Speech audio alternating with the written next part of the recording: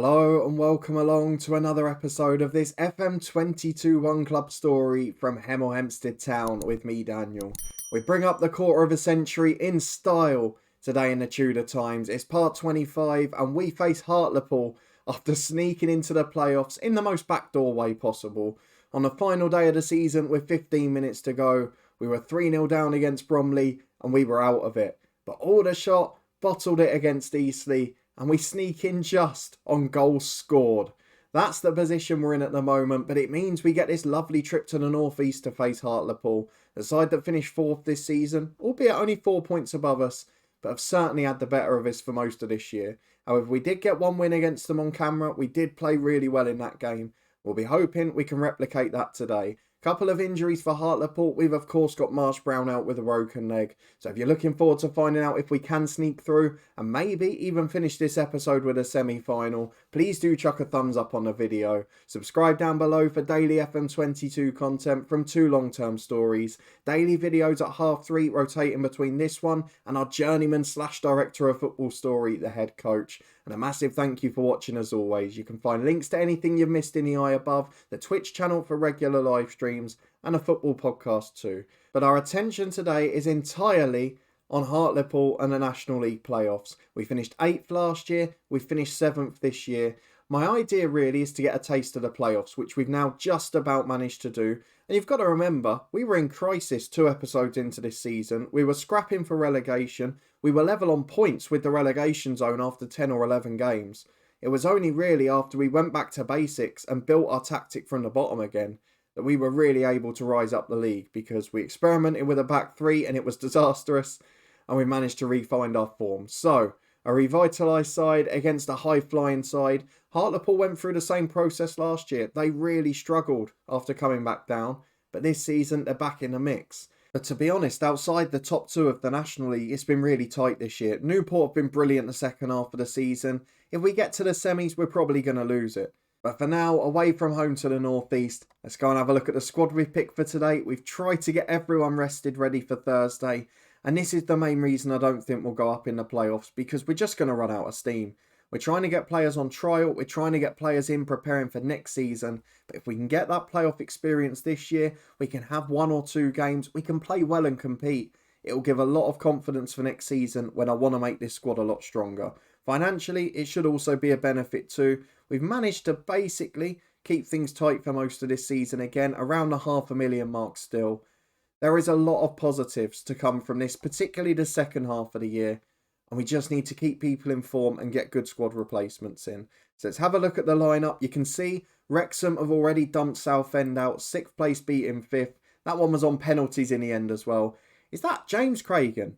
We had him at Arbroath in the head coach last year. Definitely.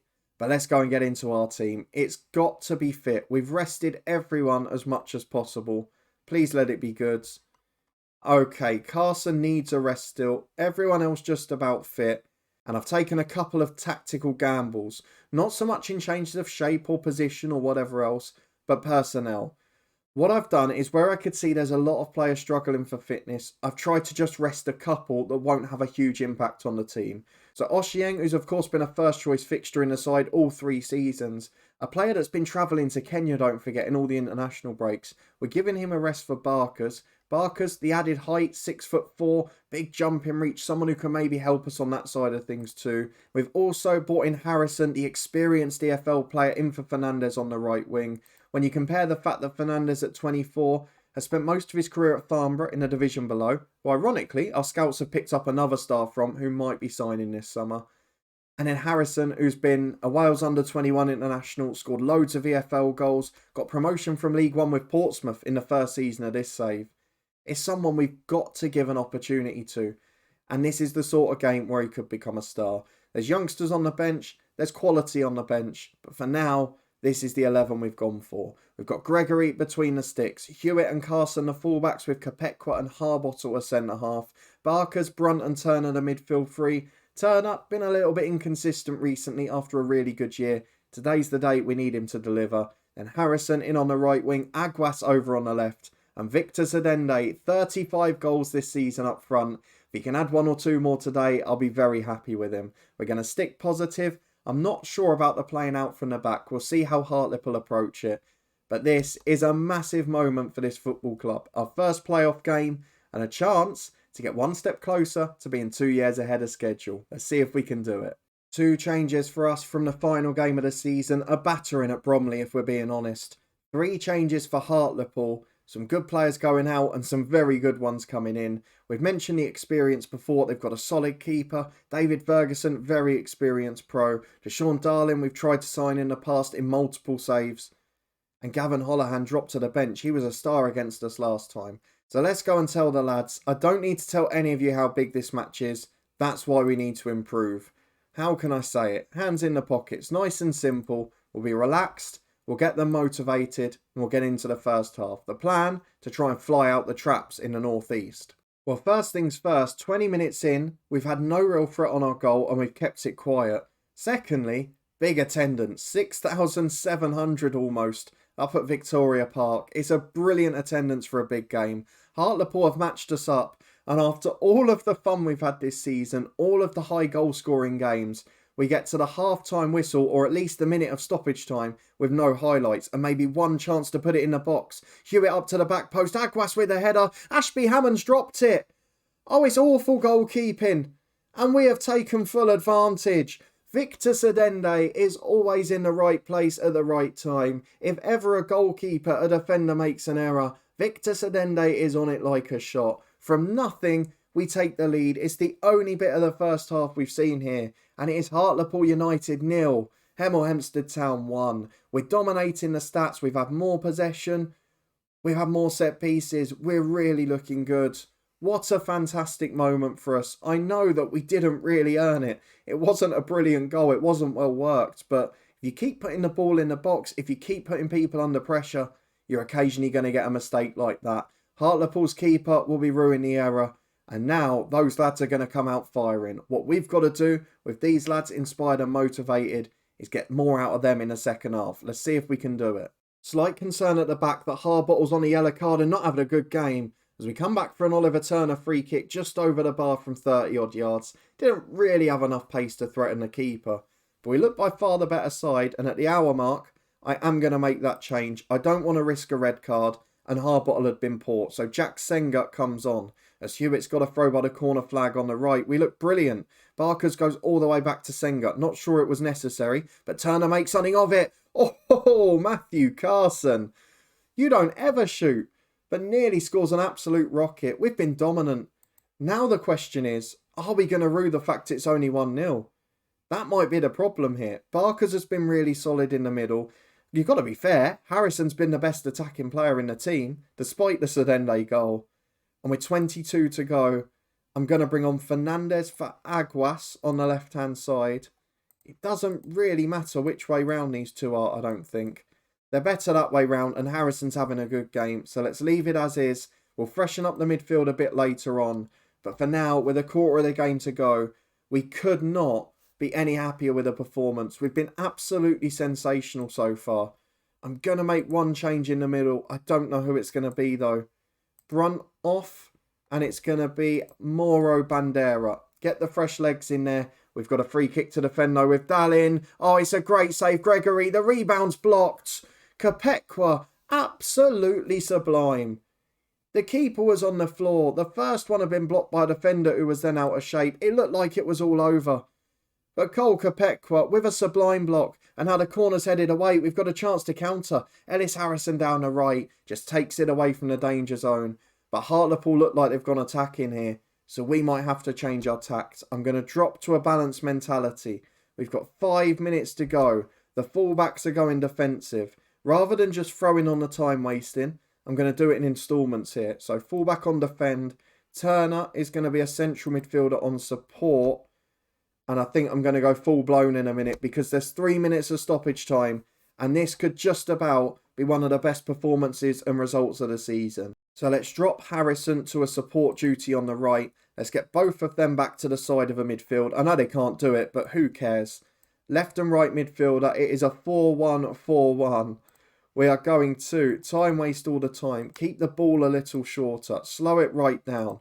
Be disciplined. We're going to slow it down with a keeper. We're going to hold our shape.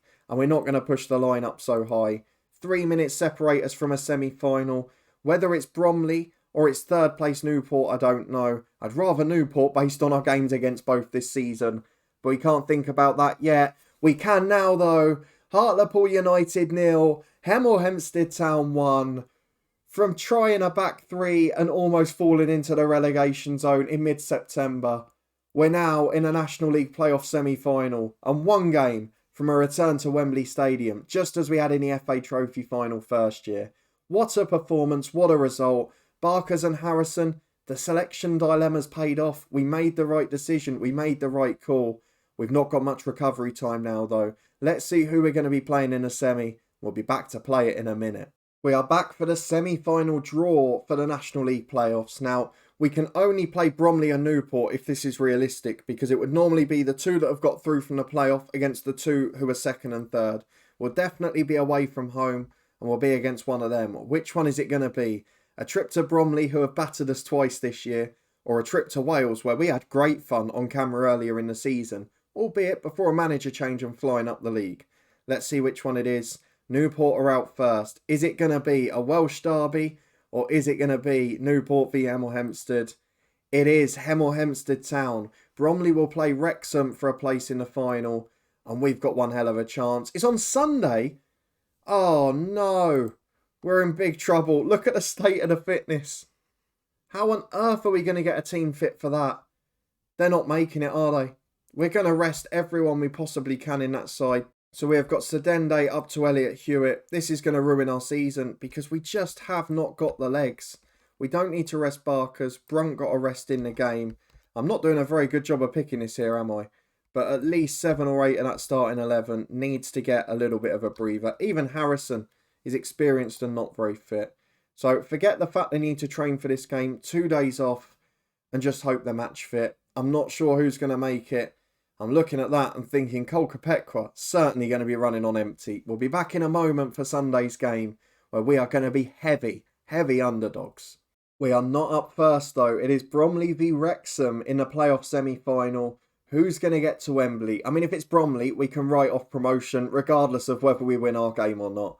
We've got to hope it's Wrexham because they're the only one of these two we can beat. Let's go and find out. Bromley should be favourites. But yet again, it is Wrexham on penalties. A 0-0 draw with Bromley, they make it to the final. Now, it could be an all-Welsh affair at Wembley in a week or two's time, but we're going to be trying to stop that. We'll be back in a moment for kick-off, and we'll look at Newport County too. It's the moment of truth. We're about to find out who's fit and whether we've got a chance of making Wembley. 8 points separated us at the end of the season. Doesn't tell the full picture though. Newport were mid-table in halfway through the season. When we beat them, we actually went above them in the league at that point. However, they've had Pete Weil come in as manager. It was about mid-January, I think he took it, but the form speaks for itself. If we go and have a look at the schedule of Newport County for this season, it is startling how much their form changed. Look at that point. After they lost 4-1 to us, the 1st of January, that point, they were below us in the league and we were both in mid-table. Since then, they have lost 4 league matches out of about 25. So they're actually in better form than us the way they've risen up the league.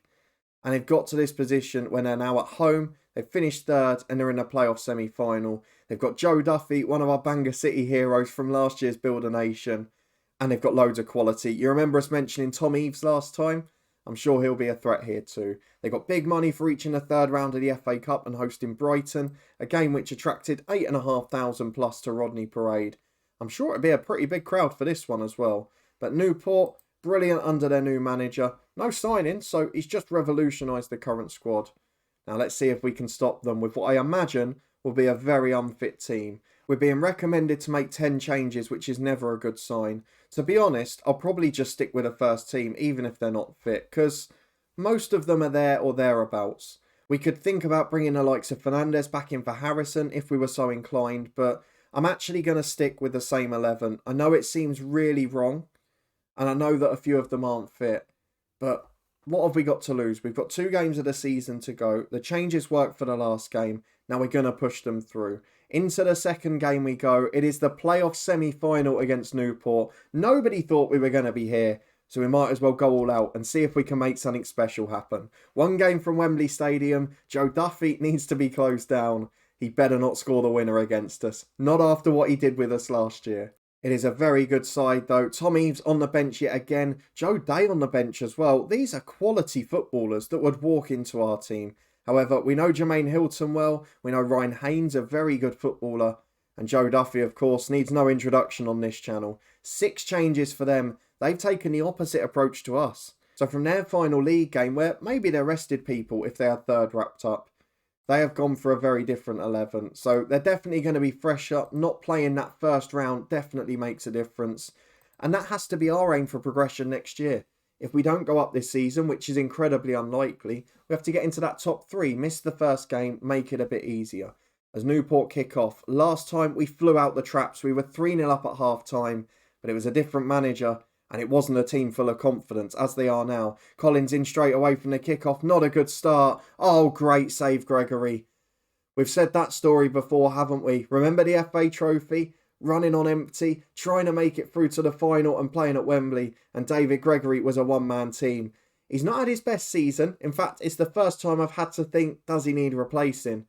But he could save himself today as Butler puts it into the back stick. Matos down. David Gregory holds it. Excellent work again. 2 saves in 90 seconds though. Some worrying signs to start. And it's another corner kick for Newport. We can't keep soaking up this pressure. They're getting set piece after set piece and they're completely on top. Townsend takes the goal kick straight to Carson. It's a poor one. Can he work down the left? He turns back. That's the lack of legs. The confidence to run in behind. Carson goes back to his keeper. I'm not a big fan of that. Plays out to Riley Harbottle. Can he get himself forward? He can because there's no pressure on him. Poor ball out to Harrison. Harrison stood still. That is not what we want to see. Burgess back to Matthews. Wide, it's beaten the fullback. Hewitt is done for. Hilton's got the pace in behind. He cuts it back to Burgess. Over the bar. I'm dropping to balanced. It worked away from home against Newport. And it's not working at the moment being positive. We're going to encourage the lads. We're going to try and get something out of them. But they just look like they've got nothing left to give. And at the moment, it's a hanging on job. As we survive to the 25-minute mark and David Gregory is back on the ball again. We're not seeing many highlights with us in the opposition half. Until now, Sedende released by Aguas. He's 1-on-1. Oh, he doesn't miss many of those this season. He's been so good in front of goal. And if ever there was a time for him to just produce a moment of magic, it was there. Though Aguas picks it up again. We're really coming into this game now. No legs. Caught out on the ball. And it's cleared downfield. Kopekwa mops up. Finds Harbottle to Brunt. We are looking better now. He's released Sedende. Oh, he scored. Is he onside? I don't want to get too excited. He is onside. Lewis Brunt with a through ball. He's had a poor few games. I almost dropped him for this one. I won't lie to you. But he's just released Victor Sedende. Second chance and he scores his goal. We're 1-0 up again. We can't, can we? Half time. Newport County 0. Hemel Hempstead Town 1. We were battered for the first half of that half. David Gregory, one of our best players on the pitch. The 2 centre-halves, the ones that have overtaken him since. And Victor Sedende, one moment of magic. That can be enough. Now we've got to be tight and we've got to stay fit. We're really struggling for legs already. I'm going to think about changes now. And I don't know who to go first. Harrison or Aguas. They're both as bad as each other. With 25 to go though, it's Newport down the left to Livermore. Cuts inside to Haynes, to Burgess. I just worry about the fitness. It's Pro v semi-pro, don't forget. As Collins shot, what a save that was. That looked easier than it was. It deflected. He was already diving to his left. And he somehow got down to his right. Look at his rating now. He is absolutely flying. David Gregory is a big game goalkeeper. They've had 10 shots on target and they haven't scored. And he's basically the sole reason for that. We're going to make changes in midfield. Ellis Harrison a rest for Fernandez. I'm going to take off Turner as well for Bandera. I just want to freshen things up a touch. We'll leave one in case anyone gets a cramp, a bruise, a knock, just so we can take them off if need be. But I can't risk taking off Kopekwa. I can't risk taking off a fullback with no great replacement. We've just got to try and cling on. Aguas down to a 6.3 and on a yellow card. Someone we might have to think about. But for now, big switch from Kopekwa. We've caught them out from a quick free kick there. Fernandez into Sedende. Loses out in the air. Headed as far as Carson. Up towards Bandera, the substitute. One of the few fresh legs. Aguas to Sedende to Brunt. Oh, you beauty. That'll do. He's returned the favour, Victor Sedende, back to goal, holds it up, lays it to Lewis Brunt, who unleashes from 25 yards. It's 2-0. I think we're going to the final. And what a performance. What a game. And even with a goal and assist for both Sedende and Brunt, the best rating on the pitch is David Gregory. Tells you everything you need to know. We're going to bring on Brook for Dylan Barkers, just shore things up in the middle again. Brook and Brunt will play centre midfield. We'll drop Brunt to a support duty in there. We'll also do the same with Fernandez on the right wing. Just try and make it a little bit more casual. Just try and see out time. But it's Newport 0, Hemel Hempstead Town 2. And we are 3 minutes of stoppage time away from the final. I know we're 2 up, but I'm not taking any chances. Fullbacks on defend. Midfielders will become midfielders and nothing else. Sedende, just run your heart out up there, son. We're going to be more disciplined, time waste, all of the things we did in the last game. With a 2-goal buffer, even with an exhausted team, we've only got 3 minutes to hold on. My immediate problem and thought now is how on earth do we get this lot fit for the final? And how on earth do we deliver our best? What an experience. What a performance. Hemel Hempstead Town, from sneaking in 7th place on goals scored, have made the National League playoff final. I cannot explain it. There was no fitness left in that team. But we have done it. And we are now going to Wembley Stadium, where our only previous experience was David Gregory penalty heroics. Can I just point out there as well, a rating of 8.9, 13 saves. If ever there was a doubter of David Gregory, and I at times this season have been that, we all owe him an apology, because that is one of the best goalkeeping displays we will ever see. And if he can deliver his last performance at Wembley again, we will beat Wrexham and go to the Football League. We're going to be massive underdogs, but who would have thought it? 6th v 7th, the two sides that snuck in on the final day. We're 90 or potentially 120 minutes away from getting to the Football League 2 years ahead of schedule. I don't think I need to tell you when we're next going to be back. My worry is we've got 7 days to get these boys fit, so a lot of rest, not a lot of tactical work. We've just got to trust them to deliver. But Wrexham in the National League playoff final is remarkably going to be the next episode. If you did enjoy those two unbelievable defensive displays, forget about the last 2 months where we've scored goals, we've been exciting, we've been exhilarating on the attack and not kept many clean sheets. Those two performances were last season-esque. Victor Sedende popping up with a goal. And apart from that, just backs against the wall, resilient defending. What a time to find form at the back. One more clean sheet and we probably will have done it. If you want to find out, subscribe down below and turn that notification bell on. Please do put a thumbs up on the video if you did enjoy it. Let me know in the comments how on earth you explain that. You saw the last episode. We were defeated against Bromley. We were out a puff. And we only just got in thanks to a late Eastleigh equaliser against Aldershot. And now we're here. It is an incredible turnaround, and it is potentially an incredible story. We'll be back to find out the conclusion of it in 2 days' time. In the meantime, the head coach will be back tomorrow. It's been a mega week in that series too. Thank you so much for your support with this game so far. It has meant an awful lot. And of course, we've got Cricket 22 coming next week, the build up to the Ashes, and we'll be starting our series over here later in the week. But a massive thank you for watching, your continued support as always. It is greatly appreciated. And I'll see you next time for our biggest game by far. Forget the FA Trophy final. Forget the previous Wembley win. This is for a place in the Football League. I'll see you next time to face Wrexham, where we find out if we've got enough legs for one more game. I'll see you there.